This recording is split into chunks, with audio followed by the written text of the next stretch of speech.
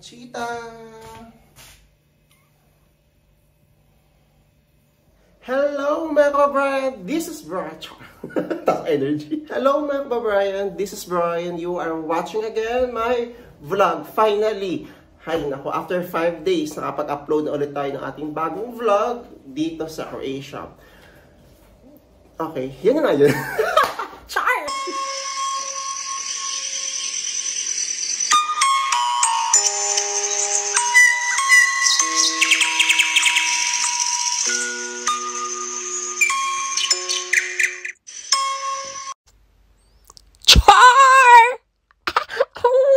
Hello mga kababayan, this is Brian. You are watching again my vlog for our today's episode. Samahan niyo ako sa aking half day. Ayun. Since kami ko lang from work ngayon, pang morning kasi ako. So alas 2 hanggang alas 7 ng umaga hanggang alas 2 ng hapon. And alas 3 na ngayon, kauwi ko lang. Nakatingin naman ng buho ko, sabog na sabog. So, kakain na tayo. And I'll be sharing with you yung ginagawa ko since, diba, nag-vlog ako before. Ay, nakapag-post ako one time na meron akong pet sitting part-time job dito sa Croatia. So, Manchita, halika na. Wait lang, pakita ko sa inyo. Kasi gaglalaro siya ngayon. Ayan siya, guys, si Manchita. Ayan nga, alaga akong pusa for 1 month. Nahiya siya. Look, nahiya? Look. Sino ka dyan? Oh, halika, Manchita. Oh, diba? So, ayan. I-share ko sa inyo guys yung kalamitang banding namin. Yung kalamitan namin ginagawa ni Manchita. Halika Manchita. Manchita. Ayun.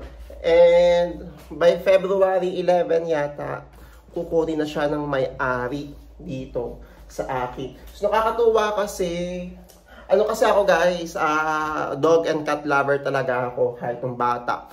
Ang huling pusa kong inalagaan ay I think 9 years sa amin, si Muning. Ayan, unfortunately, ayun, sis, matanda na kasi siya. And also, yung last dog ko, si Ngoy naman, na namatay din sa sakit. Japanese Spitz. Ito siya. Ayan, ang likot-likot niya. Ang cheetah. Sabi ko siya. Share ko sa inyo yung mga kalimita kong ginagawa and magkano ba yung bayad sa akin dito sa pag-aalaga ng pusa. But before anything else, if you haven't yet subscribed and if you are new to this channel, please help me to reach 5,000 subscribers. Again, maraming salamat po sa lahat ng mga patuloy na sumusuporta sa ating YouTube, sa lahat ng mga hindi nag-skip ng ads. And again, lagi ako nagsasorry guys kung hindi ko kayo kaagad ma-replyan. Medyo talaga pagoda sa trabaho, pagka-uwi ko kasi, kain, higa, tulog, bangon, gano'n, same. Day off ko talaga Sunday, ayan. So, ayun, sa araw na, hopefully, makapagsagot na ulit ako ng mga inquiries ninyo, makapag-live ako sa YouTube and TikTok again. So, please help me to reach 5,000 and please don't skip ads, guys, para makabili na tayo ng ating panibagong vlogging camera. So, ang bala ko kasi, gusto ko bumili ng at wag naman ako mamasamay na syempre gusto ko lang din naman na alam yun, talagang may pang video talaga ako na hawak. And gusto ko i-pursue yung mga nasimulan ko this 2024 dito sa Croatia. At the same time kasi yung cellphone ko po na ginagamit ko ito ngayon, pang camera ko ngayon, ay naghihingalo na. So, ilang siguro, 2 oras, palobat na kaagad siya. Ang baba na kaagad ng battery life. So, iPhone 14 Pro kasi yung gamit ko. And ginagamit ko siya last year sa vlog, sa TikTok live, pati-TikTok ko pa. Tapos sa photography, sa videography. Diyan ako nag-edit, diyan ako nag-upload. Lahat na, all-in-one talaga itong iPhone na itong gamit ko. Pero sabi ko kasi, hopefully, ito na yung last phone na gagamitin ko. Kasi okay na naman ako sa iPhone 14. Yun nga lang kasi, hindi ko na kayang isugal pa, naawa na ako. Although ang ganda kasi ng camera, ang ganda ng phone, and nanginayang akong bibili na naman ako ng bago. Ayoko na bumili, Diyos ko. Mag-i-invest na lang ako ng mga tools since syempre video tayo dito. Nagpa-photography tayo. So uunahin ko talaga, gusto ko makabili ako ng siguro kahit GoPro, pang vlogging, para at least nababasa rin siya. Tapos yung mga specs kasi maganda rin. At the same time, alam mo yun, talaga, ma-feel naman talaga natin nag-video talaga tayo dito. So yun na nga, ito si Manchita. Ayan, aray ko, Manchita. Ayan si Manchita guys. So, Manchita ang pangalan niya, Espanyol kasi yung amo niya, taga Ecuador. So, ngayon, silang dalawa, yung mag-asawa ay nasa Ecuador. Say hi to my vlog, Manchita. Meow! Meow! Meow! Mabait naman siya, guys. Maamo siya. And, nagkakaroon na kami ng bonding together. Love na love ko si Manchita. Ayan, o. Manchita! So, ang init. Ang heater kasi ako. Huwag kayo mag-worry guys kung tingin nyo 1 month. Ayan ha. Kasi baka sabihin nyo, paano yung pagkain ni Manchita? Well, kung sa tingin nyo sa atin, ng katong pusa ay mga normal na pusa lang. Dito, normal na pusa lang siya, pero pak naman ang kanyang mga pinakain dito. Isa-isahin natin. Ayan, meron siyang, ito 1 month, so good for 1 month na to. Pero feel ko dito mauubos. Ayan yung mga cat foods niya. Ito yung paborito niya. O, tingnan nyo, malapit na agad siya. Gusto mo to? Mamaya ka nakakain. Ayan. Diyos ko, alam niyo kung magkano yung mga cat food na ganito. Ang mahal-mahal. Sobro. Huwag lang kayo magko-convert. Ayan, so, na siya. Kasi ito pa yung mga delata. Kaso, di niya medyo bet to. Mas bet niya itong free kiss. Ito, okay dito sa kanya. And then, may mga laruan din siya. Dito sa bahay. Ayan yung gusto ko. Ay, tingnan nyo. Matakbo na naman siya. Oh. Ito yung kalimitan niya. Ito talaga si Padre Phil. Iniingatan namin. Kasi lagi siyang kumatayo mo upo dito. So, ayan. Manchita, ano ba? Naglalaro siya kayo. So, meron din siya litter box. May natin paparta ng lubuhangin yan. Kasi may mga pupo. Diyan siya umiihi. And syempre, nag-allow din yung, nag-provide din pala yung amo niya ng mga, eto, yung mga buhangin. Ang mahal-mahal niya. Ang yaman nila. Diyos ko. Tapos, ano ba Manchita? Gusto mo sumali sa vlog ko? Tingnan mo, bilang aalis. Ayan, may mga cat food. So, yung mga plastic. Pag meron siya mga pupu, ayan sa mga buhangin. Kasi doon yung mga pupu niya sa mga sa litter box na yan. Meron siyang salaan. And ito yung isa sa mga laruan niya. Dala din yung amo niya. Ayan yung kanyang kainan. Aray! Diyos ko! Oh. Pag ito kasing edad, diba? Aggressive pa yun. Hilig makipaglaro. So, maaraw ngayon. Ayan, maaraw. Nagdalag. Kasapay. Oo, Manchita. Sampalin. Ayan. If you will ask me, magkano yung bayad sa akin? Ako kasi guys, first time ko nag-pet sitting. I-refer lang ako ni Madam Cres. Siyempre, napakalakas ko kay Madam Cres sa mga part-time jobs dito sa Dubrovnik. Pag available ako, sa akin yung unang binibigay. So, I love you, Madam. Mura lang naman. Mga 10 months, nasa 15k pesos. Pag nag-convert ka, depende sa palitan yun guys ha. So, ano tingin nyo? Okay na ba? Worth it ba? For me, worth it na kasi, galing po sa kamay pala, patakbo-takbo ga. Okay na kasi nga, first time ko naman din. Tapos, provided na naman ng mga amo niya yung pagkain. Yung mga akala ko nga, kinakabahan nga ako kasi baka mamaya-maya sa sulok-sulok magpupupupo dito. Marunong siya pumupo sa litter box niya. So, in fairness, diba? Okay, ayan, kakain muna tayo guys. Si Manchita, dinala ko muna sa kwarto. At hindi ako makakakain ng maayos kapag nandito siya. At makikihalo siya sa pagkain ko. So, pag-uusapan tayo ngayon. Pag-uusapan natin ang mga ilang kadalasan tanong na naman sa akin mga kabayan dito.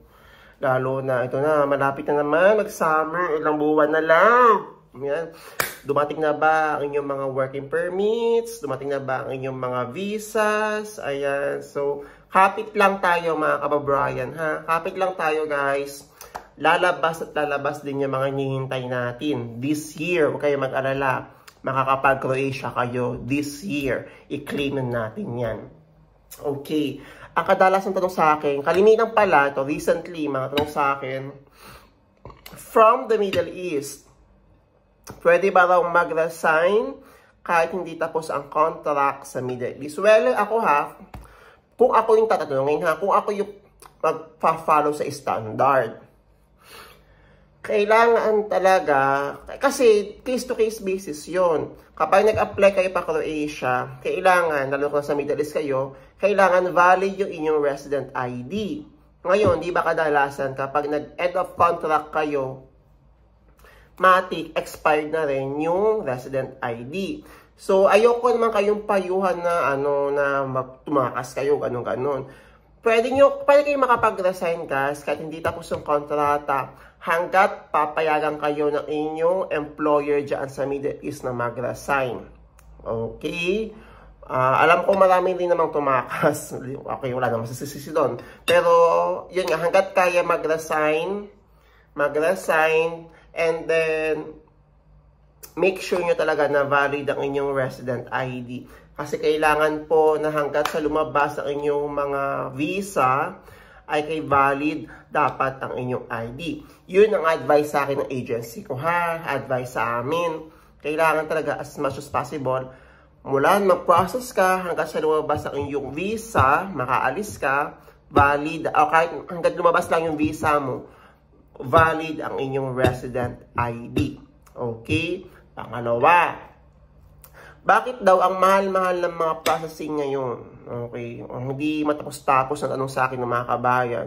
Actually, hindi ko din alam. Pero if you will try to inquire magkano ang processing pa Poland, Czech Republic, saan pa ba?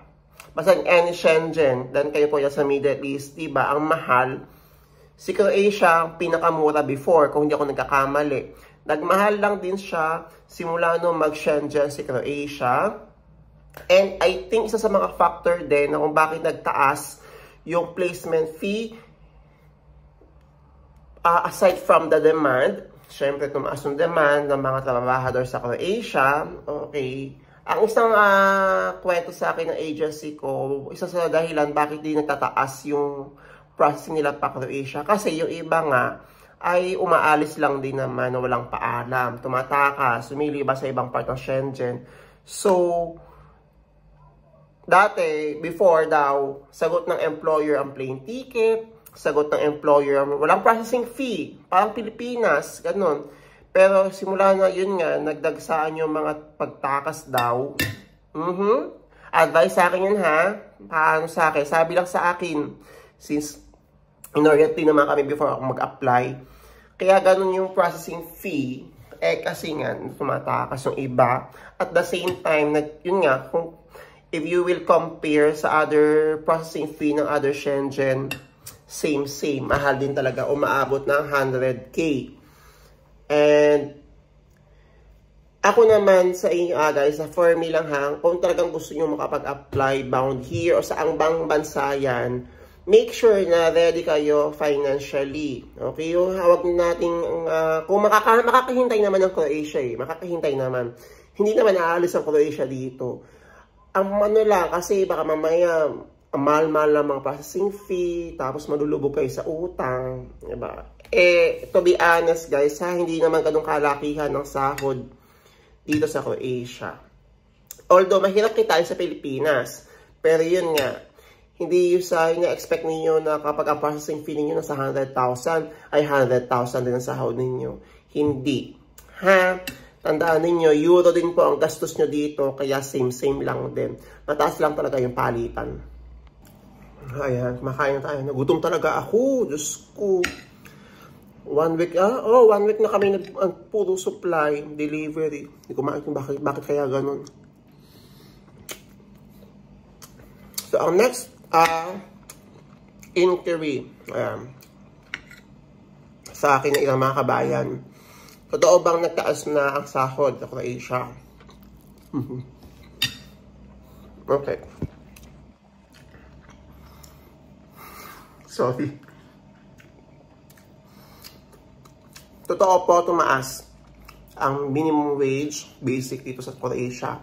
But yun po ay before tax. Meaning gross pa. So may kaltas pa yun. Pero di ba tumaas at least?